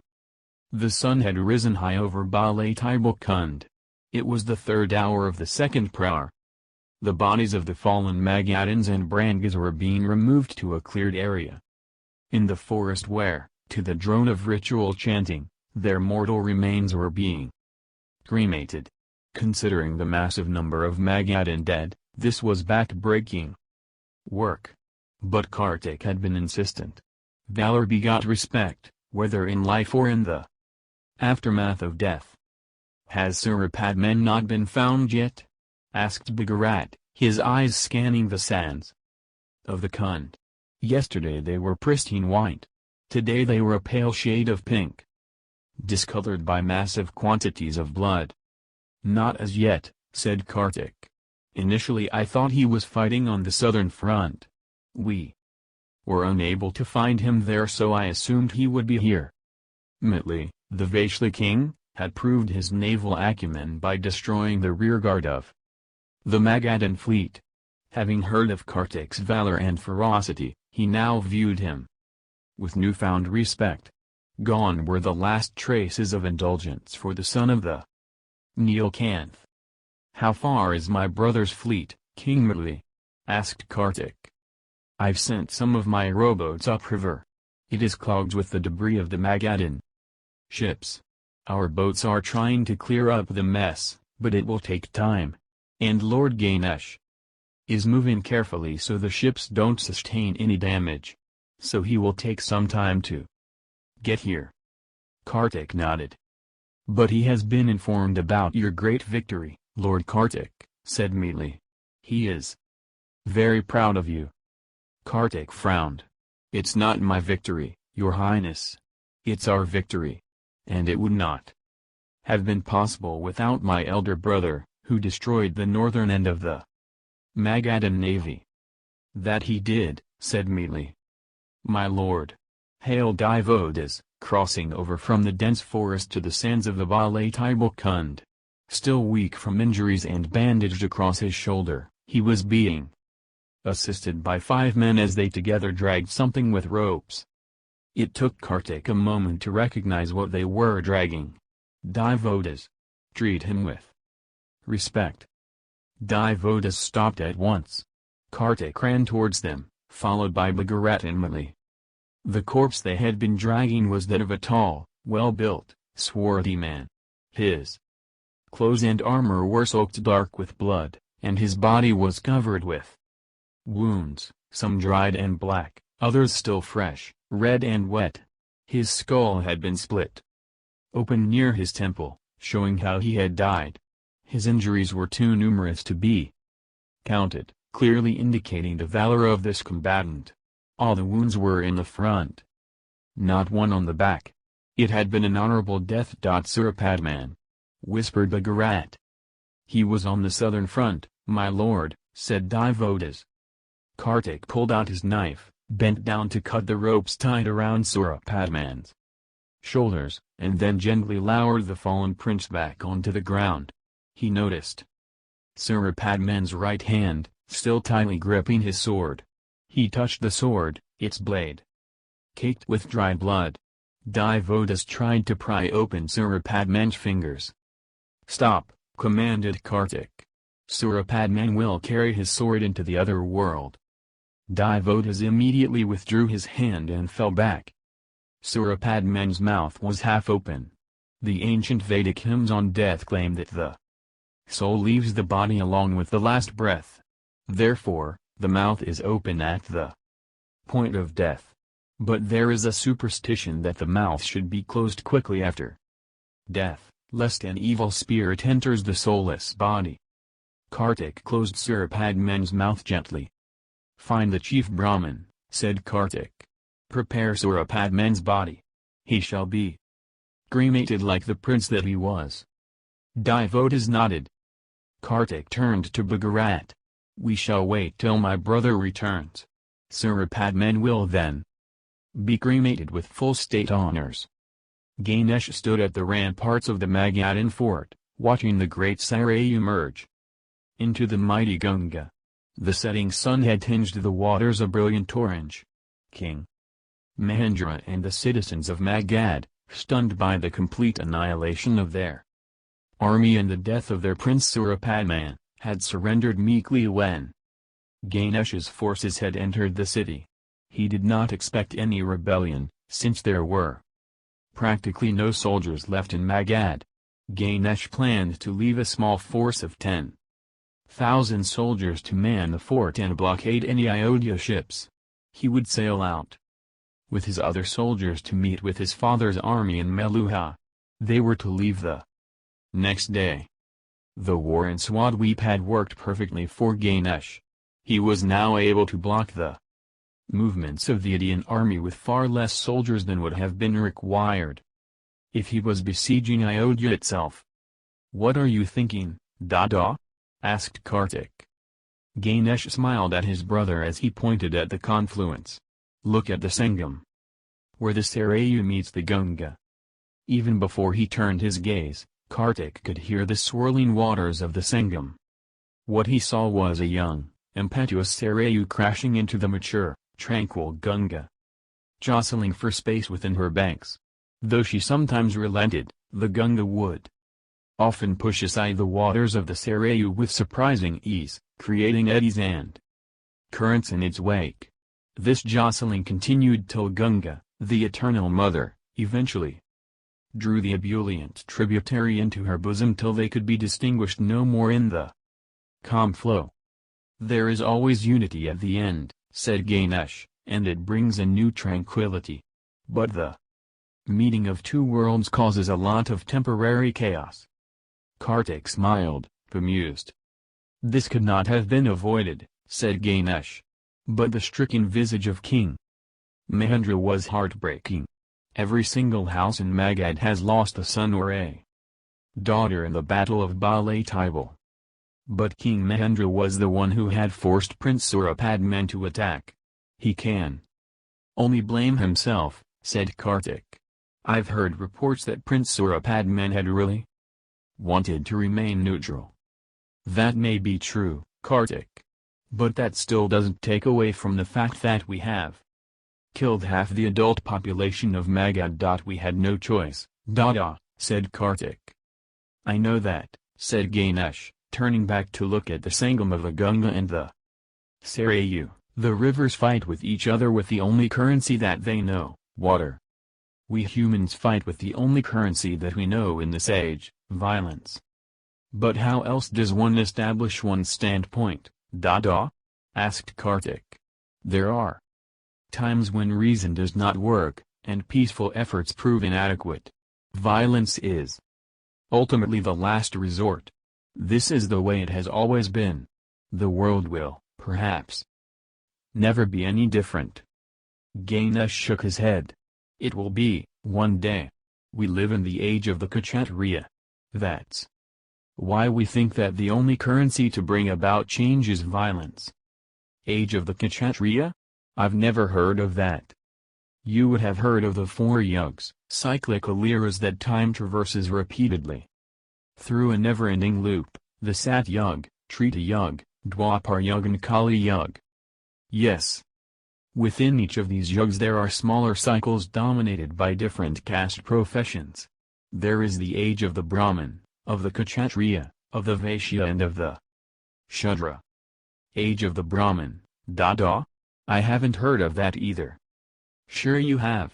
All of us have been told stories of the Prajapati, of a time of magic. Kartik smiled. Of course.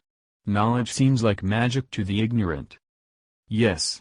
The main currency of the age of the Brahmin was knowledge. And in our age, it is violence. Some philosophers believe that after our epoch will be the age of the Vaishya. And the people in that age will not use violence to establish their id. Violence will never die, Kartik. Neither will knowledge.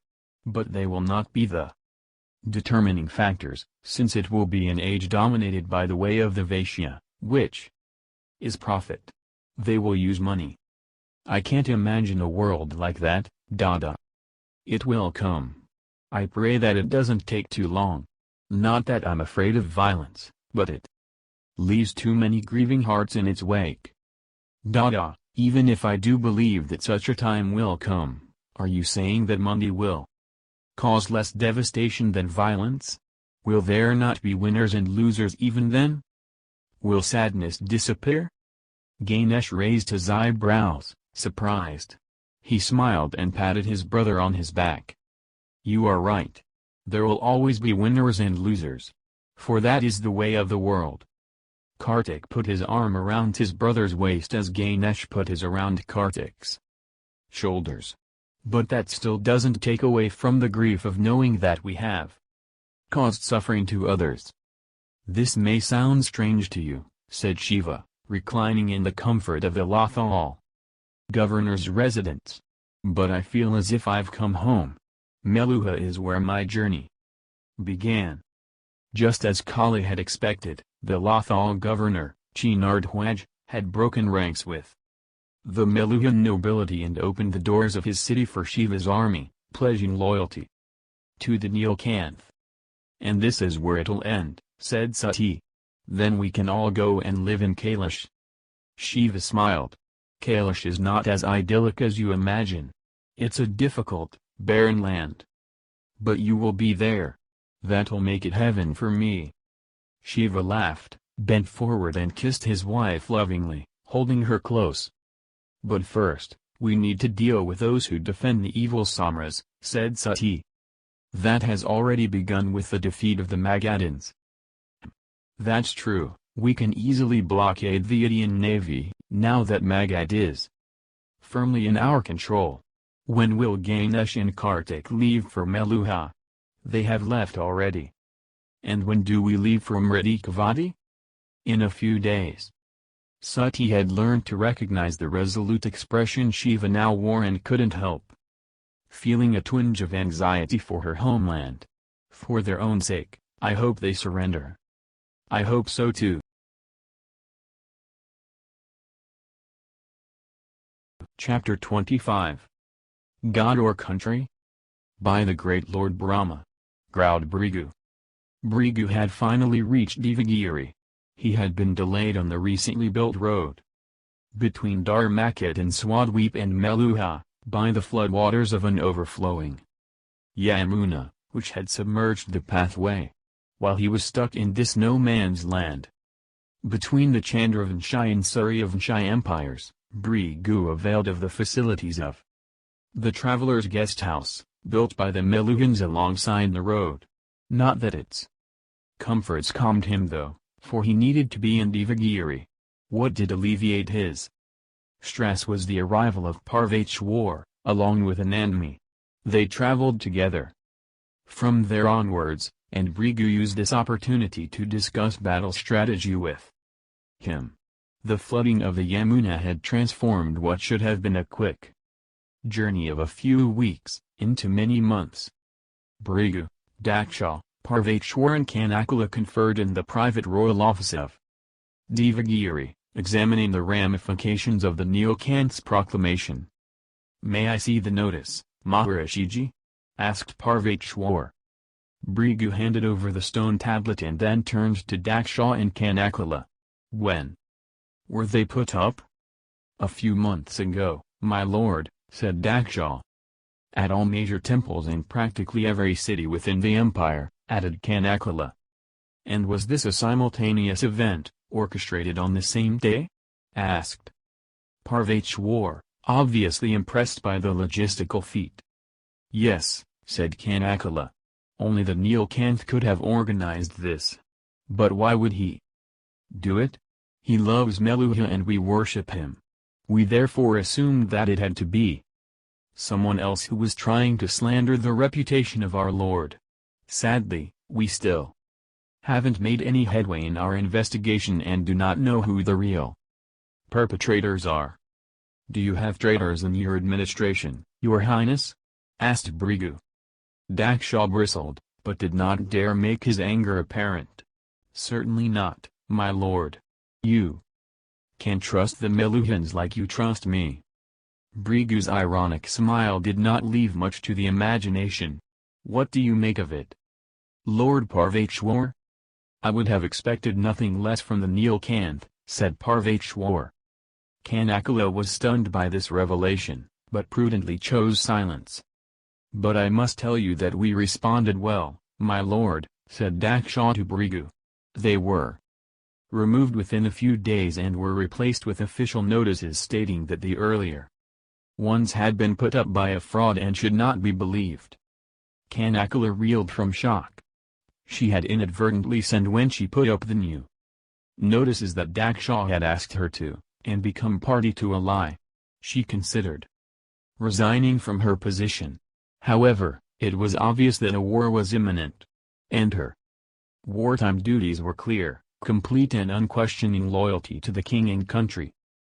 She had never faced a situation where her duties stood in direct conflict with her dharma.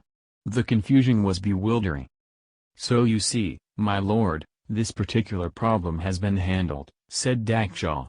"We need to now focus on how to repel Shiva's forces." Brigu gestured towards Daksha. "Not now, your highness. Let me first confer with General Parvateshwar in private." Kanakula was still lost in the turmoil within her conscience, and did not notice the exchange. The proclamation was made by the Lord Neelkanth. How can we go against his word? This is wrong. If the Lord says that the Samras is not to be used, then I don't see how we can go against this diktat. Parvateshwar had accompanied Kanakula to her office after the meeting. He could tell that she was very disturbed by the events of the morning. "I've already stopped using the Samras, Kanakula. As will I, from this instant.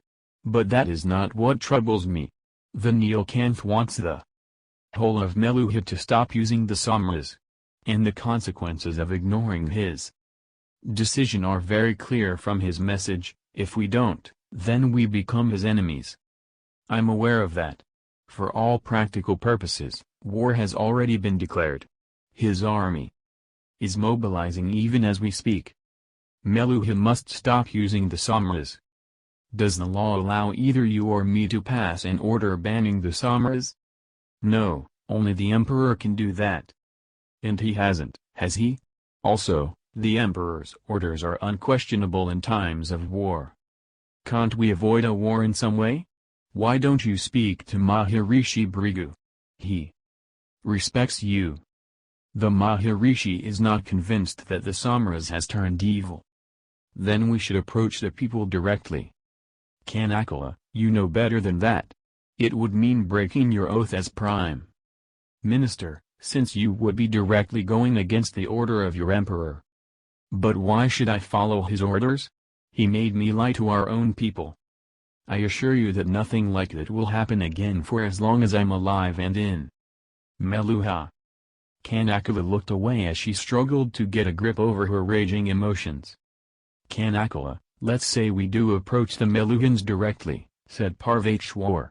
We will have to convince our countrymen to voluntarily choose to end their life much before it normally would have. And we will have nothing to give them in return. Convincing people to do this is not an easy task, even with those as duty-bound and honorable as the Meluhans. It will take time. The Nilkanth, however, is not patient when it comes to the Samras. He wants its use to end right now.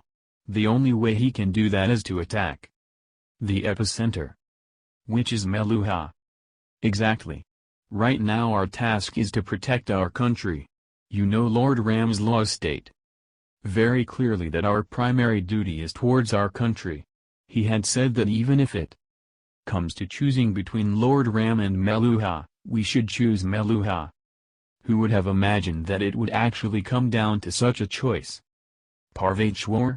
That we would need to choose between our God and our country? Parvateshwar smiled sadly. My duty to my country is above all others, Kanakala. Kanakala ran her hand over her bald pate and touched the knotted tuft of hair at the back of her head, trying to draw strength from it. What kind of challenge is fate throwing at us? It's a stupid idea, Your Highness, said Bhrigu. Your problem is that you do not look beyond the next 3 months when you dream up your strategies. Daksha had been sitting expectantly at the Maharishi's feet, eagerly awaiting his response. For he had just unfolded to Bhrigu his brilliant scheme to avoid the war altogether. An unmoved Bhrigu then leaned towards him from his stone bed.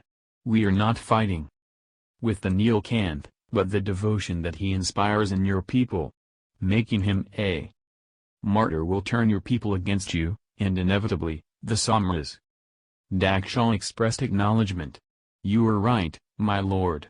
Had we succeeded in killing him in Panchavati, the people would have blamed the Nagas. That failure was most unfortunate.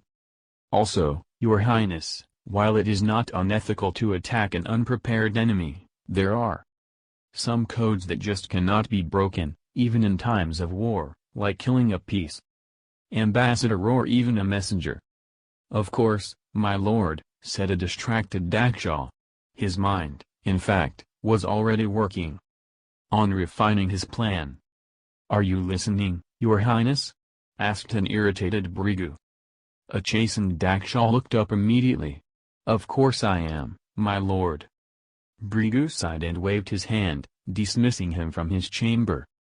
Parvateshwar strode into his house and nodded towards the attendant even as he ran up the steps that skirted the central courtyard.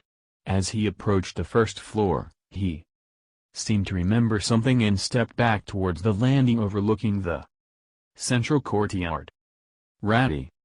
Yes, my lord? Answered the attendant. Isn't it the day of the week when Lady Anandmi bathes in milk and rose petals? Asked Parvateshwar.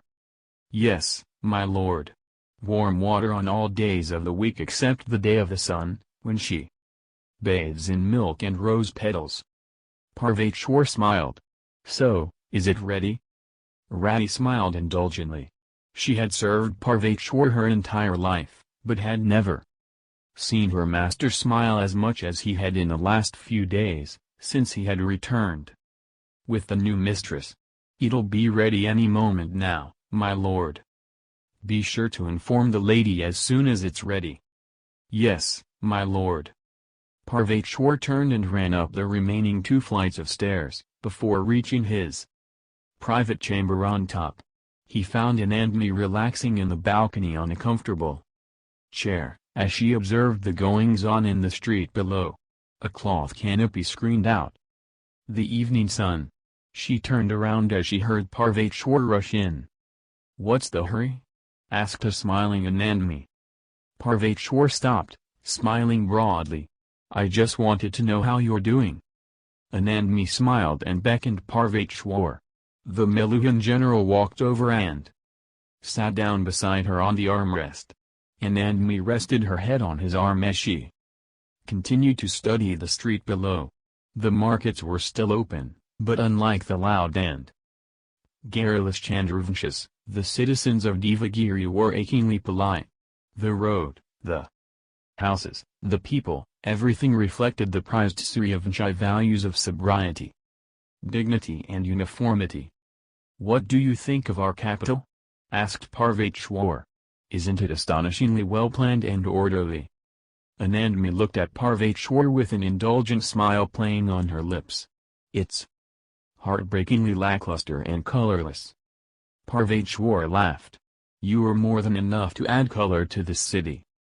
Anandni placed her hand on Parvati's as she remarked, "So, this is the land where I will die." Parvati turned his hand around and held hers, in reply. "Any news?"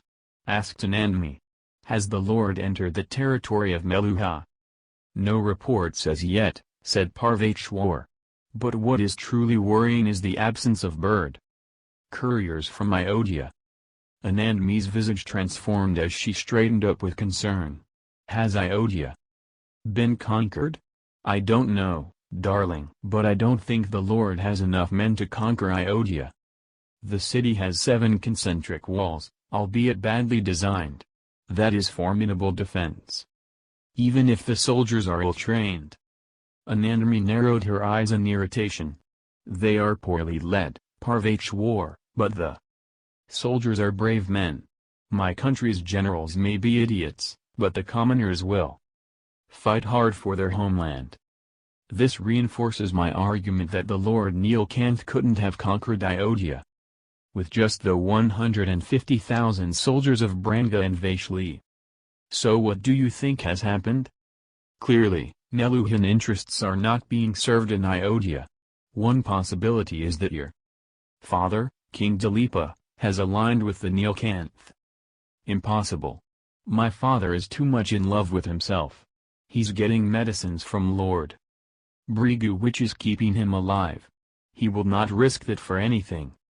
The people of Ayodhya may have rebelled against their king and thrown in their lot with the Nilkanth. That's possible. My people are certainly more devoted to the Nilkanth than to my father. And if the Nilkanth has Ayodhya under control, he will quickly turn his attention to his main objective, Meluha. He aims to destroy the Samras, Parva. He will not indulge in wanton destruction. Why would he do that? It would turn your people against him. He will only go for the Samras. Parvati's eyes flashed open. Of course. He will target the secret Samras manufacturing facility and its scientists. That would end the supply of the Samras. People will have no choice but to learn to live without it. There you are. That's his target. Where is this secret Samras manufacturing facility? I don't know. But I will find out. Yes, you should. In any case, said Parvati, I've told Kanakala not to send any more messages to Ayodhya. We could just be passing on information to the enemy. If Ayodhya is already in their control, and they leave now, they could be in Meluha quite soon. Yes, it could be as early as 6 months. Also, along with Ayodhya, the Lord would have a massive army. Redouble your preparations. I'll also order Virunmali to leave for Lothal with 20,000 soldiers. Lothal? Just because they didn't send you their monthly report? Isn't that a bit of an overreaction? I don't have a good feeling about them, said Parvachwar, slowly shaking his head. They didn't respond to my bird courier. Can you afford to send 20,000 soldiers away based on a mere hunch? Lothal is not too far away. Also, it's a border town. It is the closest Meluhan city from Panchavati. It may not be such a bad idea to reinforce it.